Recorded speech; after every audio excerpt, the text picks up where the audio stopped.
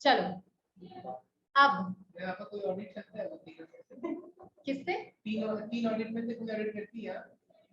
Practice करते हैं। पर मैम सब कैफे जाती है, ये मैं देखा। मैम सब कैफे पब्स ये जाती है। तब मैम का तीनों में से कोई ना दो ऑडिट तो होता ही होगा। अच्छा तुम उस ऑडिट का बात कर रहे हो? एक भी नहीं। I just go for nachos, pasta, pizza. वहाँ पे तो वही चीज़ मांगने तो जाके खा लेते हैं, लेट या राम मंदिर पे खा लेते हैं। अच्छा प्राइस पे वो वाइफ नहीं मिलेगा ना? मिलेगा। आप मेरे को अपने घर बुलाइए, हम सब सेटअप कर देंगे, अपने घर में बांध देंगे आपको। बस आप खरीद के लाइएगा लाइटर। चलो लाइटर नहीं, ऐसे लाइट जला के ऐसे ऐसे करेंगे। चलो बैक टू ऑडिट।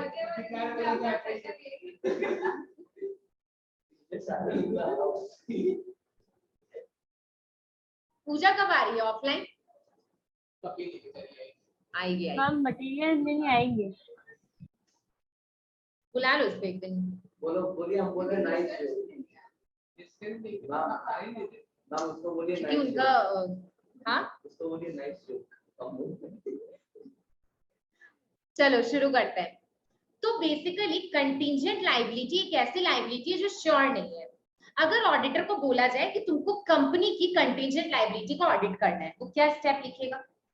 सबसे पहले लिखेगा कि जितनी भी कंटीजेंट लायबिलिटी है वो कहाँ डिस्क्लोज होती है? नोट्स ऑफ अकाउंट्स में, बैलेंस शीट के अंदर नहीं होता है। ये बात चेक करेगा। दूसरा, कंटीजेंट लायबिलिटी का एएस है 29, काट लो होमवर्क, बता दी। AS29 deals with the contingent liability। तो ऑडिटर चेक करेगा कि कंपनी AS29 फॉलो कर रहा है या नहीं। समझ में आ रहा है? AS29 deals with the contingent liability। ठीक है, तो ऑडिटर क्या चेक करेगा कि कंपनी AS29 फॉलो किया या नहीं, क्योंकि आज कंपनी का लायबिलिटी है ना। और all the known contingent liability have been taken, जितनी भी contingent liability है सबको लिया गया है, सबको notes of accounts में disclose किया गया है, और सबका AS29 फॉलो हुआ है या नहीं। और क्या कर सकता है ऑडिटर? मैनेजर के साथ कंपनी के बैठ के बात करेगा कि आपका क्या क्या कंटीजेंट लायबिलिटी है, कहाँ कहाँ केस चल रहा है ना, या कोई और कंटीजेंट लायबिलिटी का एरिया है, तो ये सब डिस्कस करेगा। बस यही है वाउचिंग एंड वेरिफिकेशन। समझ में आ रहा है? तो अगर हमें कॉमन स्टेप्स पता होगा तो, कुछ अगर नहीं पता तो we can write common steps. समझ आ रहा है? अच्छा एक बात, मंडे को ऑफलाइन कौन कौन आ रहा है सेंटर? अक्षत नहीं, तुम लोग, ये लोग से पूछ रही है। अक्षत आ रहे हैं, और कौन कौन आ रहे हैं? मैम एक बात ही बोलना था मैम, कॉलेज हम लोग का 11:15 पे खत्म होगा, हम लोग का लेट कर दिया, तो अगर कोई ऑफलाइन जाए या फिर घर पहुंचने में मैम 1 घंटा लग जाएगा, तो 12:30 बज जाएगा, तो क्लास थोड़ा सा लेट ज्वाइन करने। सना रिजवान, ये लोग तो दोनों, ये लोग ऑफलाइन ही आएंगे। फिर विराट, आमी, आशबो, अच्छा रिजवान आएंगे, अभिजीत आएंगे, रिजवान, विराट, आरती, यश। अच्छा यश भी ऑफलाइन आने वाला है। पूजा मेरे को लग रहा है सिर्फ तुम रहोगी जूम पे। कोई बात नहीं मैम। इस रूम में हो जाएगा। मंजीत लोग नहीं आएंगे, मंजीत लोग ऑनलाइन ही करेंगे शायद। अब मैम फिर मैं अकेली नहीं हुई ना। एक सेकंड, क्या मैम फिर मैं अकेली नहीं हुई, और 2-3 तो होंगे। हाँ 2-3 लोग और भी रहेंगे। मैम मैं भी रहूंगी जूम पे। तो ट्री को तुम क्या दीवार से फाड़ के निकालेगा? एसी लगवाएगा, फिर गुरुकुल के लिए ट्री चाहिए। नीचे बैठने वाला गुरुकुल इसको खड़ा कर देंगे, इसको खड़ा कर देंगे, अपना इतना भी बड़ा नहीं है। मैं तो जमीन पे बैठ के नहीं पढ़ाने वाली हूँ। वो पेड़ में होते हैं ना, वो क्या गुरुकुल क्या बोल रहा है? पंगत बोलो ना, पंगत लगा दो, गुरुद्वारा में जैसे लगता है ना, कितना अच्छा लगेगा। मैं यहाँ पढ़ाऊंगा तो लोग ऐसे लाइन से बैठते रहोगे। बीच में उंगली देंगे आपको, गला देंगे काट के। लंगर भी लगाते हैं हम तो, खाना भी मिलेगा। रिजवान बोल रहे परंपरा प्रतिष्ठा अनुशासन, क्लास तुम करो मत, ध्यान दो बस। उस अनुशासन के बीच में क्या क्या हो गया सबको याद है ना, मूवी में भी। चलो back to audit, vouching and verification, यहाँ तक कोई प्रॉब्लम है? अच्छा, मैं लास्ट क्लास आप लोग को वैल्यूएशन का कॉन्सेप्ट भी पढ़ाई थी। वैल्यूएशन बताई थी जब फर्स्ट क्लास हुआ था वाउचिंग वेरिफिकेशन का, जो क्लास में घर से ली थी अपने, बता देती हूँ वापस से। आज इस टेबल का वैल्यू, लेकिन पढ़ाई हूँ वैल्यूएशन भी। देखो सुनना मेरा बात, एक वाउचिंग एक चीज हुआ, एक वेरिफिकेशन हुआ, इस दोनों को कौन करता है? ऑडिटर। एक थर्ड चीज होती है जिसका नाम होता है वैल्यूएशन। इसका सिर्फ मीनिंग जानना है और इसका कुछ भी नहीं जानना है। ये टेबल है, तो रोहित आए मेरे क्लासेस को ऑडिट करने। आपको पता है क्लास का भी ऑडिट होता है, ट्यूशन सेंटर का, स्कूल का, मंदिर का, ट्रस्ट का। तिरुपति मंदिर है ना, तिरुपति बालाजी, बहुत बड़ा ऑडिट होता है उनका, समझ आ रहा है ना? जितने भी गुरुद्वारे हैं, जितने भी स्कूल है, कॉलेजेस है, स्कूल का ऑडिट तो मैं भी की हूँ, नहीं कोई छोटा मोटा स्कूल था, ठीक है। हाँ, जीएसटी इधर आओ, ये कम में पढ़ाई की जीएसटी नंबर होगा नहीं, पहले बोल रहा था कंपनी का होता है, पार्टनरशिप फर्म का होता है, बहुत ऑलमोस्ट जो भी बिजनेस करे एक टर्नओवर लिमिट होता है, वो एक्सीड हो जाए तो ऑडिट करवाना पड़ता है, ठीक है। हाँ, वो टैक्स ऑडिट का बात आप कर रहे हो, ठीक है। अब मेरी बात सुनना, वैल्यूएशन, रोहित मेरी कंपनी में ऑडिट करने आए, ठीक है। तो जब फिक्स्ड एसेट चेक करने लगे तो देखे कि मैम के क्लासेस में ऐसा टेबल्स है, 3 टेबल, तो मेरे से पूछे रोहित कि मैम इसका वैल्यू कितना है? तो मैं बोली देखो मैं खरीदी थी 5,000 में, बट अब इसका वैल्यू 10,000 है, फॉर एग्जाम्पल मैं बोली। अब रोहित तो एक ऑडिटर है, उसको तो वैल्यूएशन का कॉन्सेप्ट नहीं पता कि इसका एक्चुअल वैल्यू, मार्केट वैल्यू क्या है, तो वो बोलेगा मैम आप एक वैल्यूअर को बुलाइए, किसको बुलाइए, और इसका वैल्यूएशन करवा लीजिए। वैल्यूअर लोग जो होते हैं ना, वो इसी चीज में प्रोफेशनल होते हैं, वो लोग एसेट और लायबिलिटी का वैल्यूएशन करना जानते हैं, प्रॉपर एग्जाम पास करके उनको डिग्री मिलती है वैल्यूअर की। तो वो वैल्यूअर आएगा, वो टेबल का वैल्यूएशन बताया 2,000 रुपया, तो रोहित अब बोलेगा मैम अब आप 2,000 बैलेंस शीट में लिख सकते हैं। Is it clear? तो वैल्यूएशन ऑडिटर खुद करेगा क्या? वेरिफिकेशन करेगा, वैल्यूएशन नहीं। Is it clear? अच्छा, किसका स्कोप बड़ा है वैल्यूएशन और वेरिफिकेशन में? वेरिफिकेशन में तुम्हारा काम बड़ा है ना, वैल्यूअर तो सिर्फ इसका वैल्यूएशन किया चला गया, तुमको तो बहुत चीज करना है ना, हर एक चीज चेक करना है। किसके लिए डिग्री का होना जरूरी है? ऑडिट के लिए, है ना? समझ आ रहा है? ठीक है। अब कुछ वर्ड्स है, कैसे लिखोगे बताऊं? ब्रैकेट ओपन करोगे, लिखोगे कॉमन वर्ड्स, 2 डॉट दोगे, हाइफन दोगे, पहचाना बात।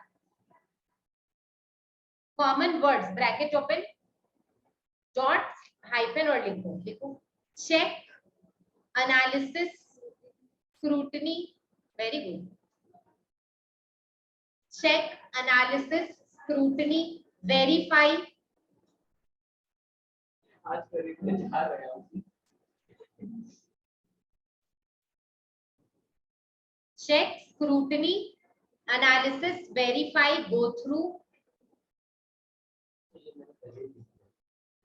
etc. अब नीचे एक लाइन लिखूं, in vouching and verification, every step of your answer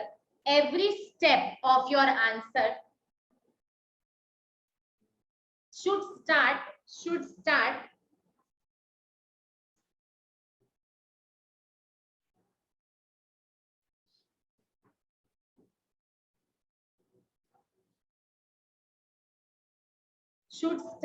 with the above words. कोई है बाहर? मुस्कान, समझ आया? कैसे लिखेंगे पता है? तुम लोग देखो, मैं जो कॉमन वर्ड्स लिखाई वो देखना, ऐसे लिखेंगे। Auditor will check whether depreciation has been charged as per AS 10. Next, auditor will verify what is the purchase date of asset. हर इससे सेंटेंस बनाना है, ये वर्ड होने ही चाहिए आपके आंसर शीट में। Is it clear?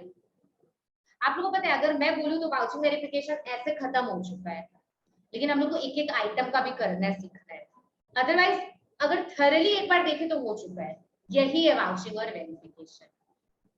ठीक है, अब मैं एक बात बोलती हूँ, वैसे ये जो मैं अभी बोलने जा रही हूँ ना ये किसी और चैप्टर का हिस्सा है, लेकिन यहाँ से काफी आप लोग को हेल्प मिलेगा। मैं बोली जयपुरिया कॉलेज जाओ ऋषभ, कॉलेज जाके ऑडिट करना है जयपुरिया कॉलेज का। जयपुरिया कॉलेज का ऑडिट करना है, क्या क्या लिखोगे? इनकम का ऑडिट करेंगे, एक्सपेंस का करेंगे, एसेट्स का करेंगे, लायबिलिटी का करेंगे, हो गया। ये क्वेश्चन भी आता है लेकिन और किसी चैप्टर में, कंपल्सरी क्वेश्चन ऑफ 8 मार्क्स, लिख लो, आएगा ही आएगा। क्या आएगा? लिखिएगा, बोलेगा स्कूल का ऑडिट कर कैसे करते लिखो, ठीक। लेकिन ये वाउचिंग वेरिफिकेशन नहीं है, लिख रहे हैं हम लोग वही स्टेप, बट इस चैप्टर में नहीं पढ़ाऊंगी मैं, ये समझ आ रहा है? बस इससे इसका लिंक है तो मैं बता दिया आप लोगों को। बोलेगा एक हॉस्पिटल का ऑडिट करो, क्या लिखोगे हॉस्पिटल में? हॉस्पिटल का इनकम कहाँ से आ रहा है, हॉस्पिटल का खर्चा कहाँ है, हॉस्पिटल का असेट क्या होगा हॉस्पिटल में? Asset ECG machine, X-ray machine, xerox machine, sorry xerox नहीं, स्ट्रेचर मशीन, जो भी, हाँ जो भी, ठीक है, जो भी असेट, ठीक है, हो गया रोहित। हॉस्पिटल में जितने भी असेट है उसको ऑडिट करेंगे, हॉस्पिटल का जो भी लायबिलिटी है वो चेक करेंगे। समझ में आ रहा है? तो पूरा वाउचिंग वेरिफिकेशन तुमको वहां लिख देना है 8 मार्क्स में। खत्म हो गया तुम लोगों का बहुत जल्दी। अच्छा नहीं, 3:15 हो गया। धनंजय बच्चों को पहचानती हूँ मैं, उसको, लेकिन मेरे क्लास में नींद आ रहा था आज।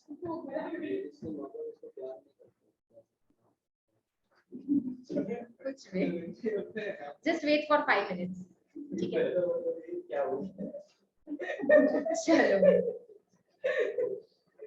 कुछ भी मतलब समझ आ रहा है?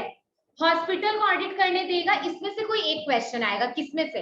Hospital, school, college, charitable trust, hotel, hostel, cinema hall, इस 7 या 8 में से कोई एक का क्वेश्चन कंपल्सरी आएगा 8 मार्क्स का। सेम चैरिटेबल ट्रस्ट का भी इनकम होता है, ट्रस्ट मतलब वही एनजीओ का इनकम, एनजीओ का एक्सपेंस, एनजीओ का असेट, एनजीओ का लायबिलिटी। तो ये चैप्टर करने के साथ आप लोगों का 8 मार्क्स और प्रिपेयर हो जाएगा। समझ आया?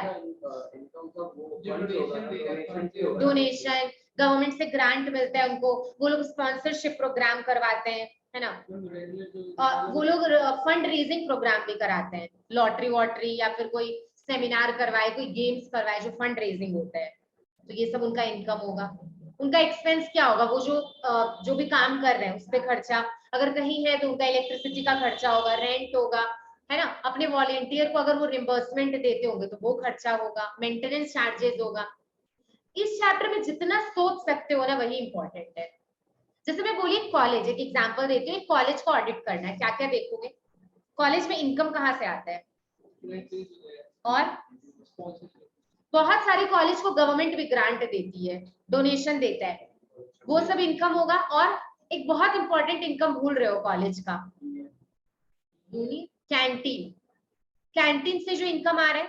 अच्छा, कॉलेज का खर्चा बताओ, कॉलेज का खर्चा, इलेक्ट्रिसिटी, रेंट, मेंटेनेंस, जो भी बेंचेस खरीदते हैं वो लोग, इसका अपने टीचर्स को जो वो लोग सैलरी देते होंगे। और सोचो, वेरी गुड पूजा, एक बहुत इंपॉर्टेंट खर्चा भूल रहे हो जो तुम लोगों पे ही करते हैं कॉलेज और स्कूल वाले, एग्जाम का शीट का पेपर देना,